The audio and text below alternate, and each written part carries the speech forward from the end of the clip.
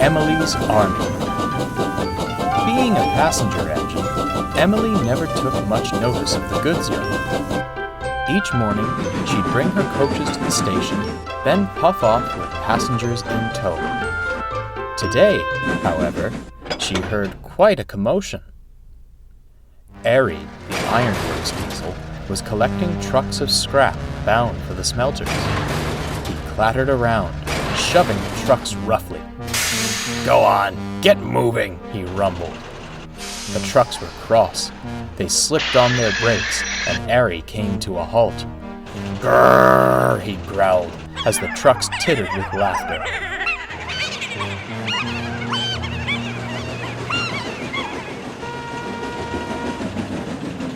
"They come quietly with a gentler touch," Emily advised, trying to be helpful. "Ha!" snorted Arry.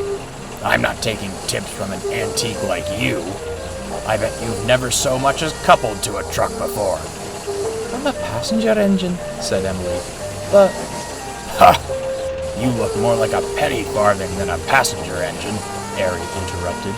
"Just you trundle off with those bird boxes you call coaches and leave the real work to real engines." With a roar, Arry dragged the screeching trucks away. Emily was furious. "I'd like to show that diesel a thing or two," she scowled. "If only I could." "Oh, yes, that's exactly what I'll do."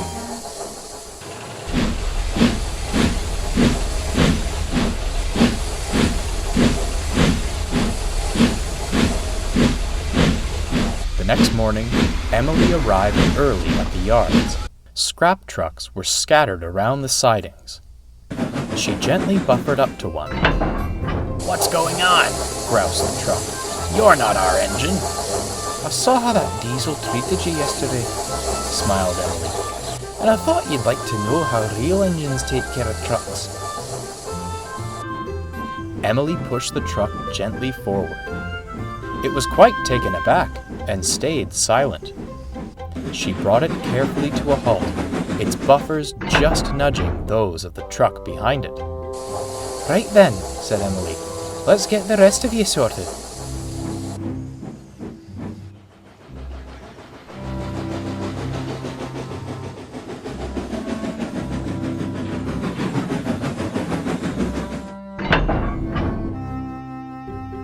Now, Emily isn't as strong as the other engines.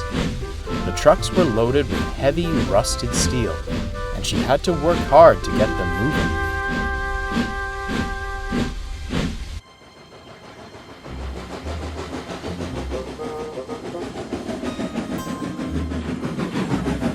At last, tired but pleased, Emily had the train ready. When Arry arrived, he was speechless.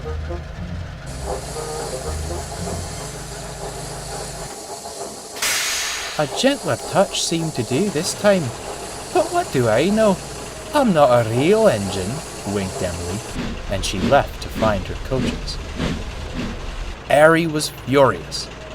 He banged into the trucks as he backed down. "Who's this horrid, oily thing?" they cried. "We want Emily!" Arry ignored them, but the next few days were awful. The trucks gave him more trouble than ever. They only wanted to be pulled and shunted by Emily. It didn't take long for Arry to hatch a scheme of his own.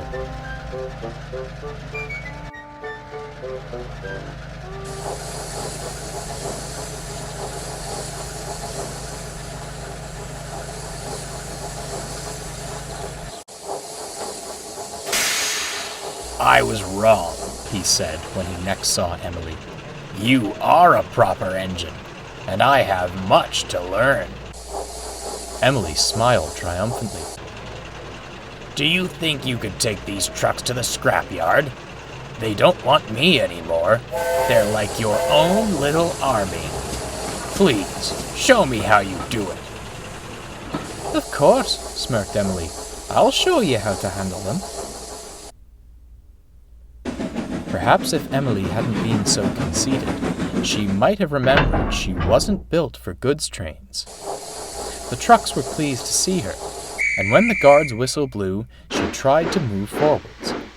Her big wheels had trouble gripping the rails, and the trucks were heavier than ever. At last, she began to move slowly out of the station. Must be my lucky day, smirked Arry. I'll get trucks of scrap and an engine to take to the smelters. Out on the main line, Emily was not enjoying herself. It was hard work to keep the train moving. The trucks were behaving well, and even began to sing. Emily's army here to stay, Emily's army on our way. This made Emily smile, and she puffed determinedly onward. Just when she thought it was becoming easier, the line started to slope downwards. She felt the weight of the trucks on her buffers, and the train picked up speed. "Ooh!" she cried. Her wheels couldn't get a proper grip, and her brakes weren't strong enough to hold the trucks. "Stop! Stop!" she wailed. And that's when it happened. Hold back! Hold back! Called the trucks. Much to her surprise, Emily found herself slowing down. The trucks had slipped their brakes on, bringing the train back under control. At last, the line grew level, and the train came to a halt.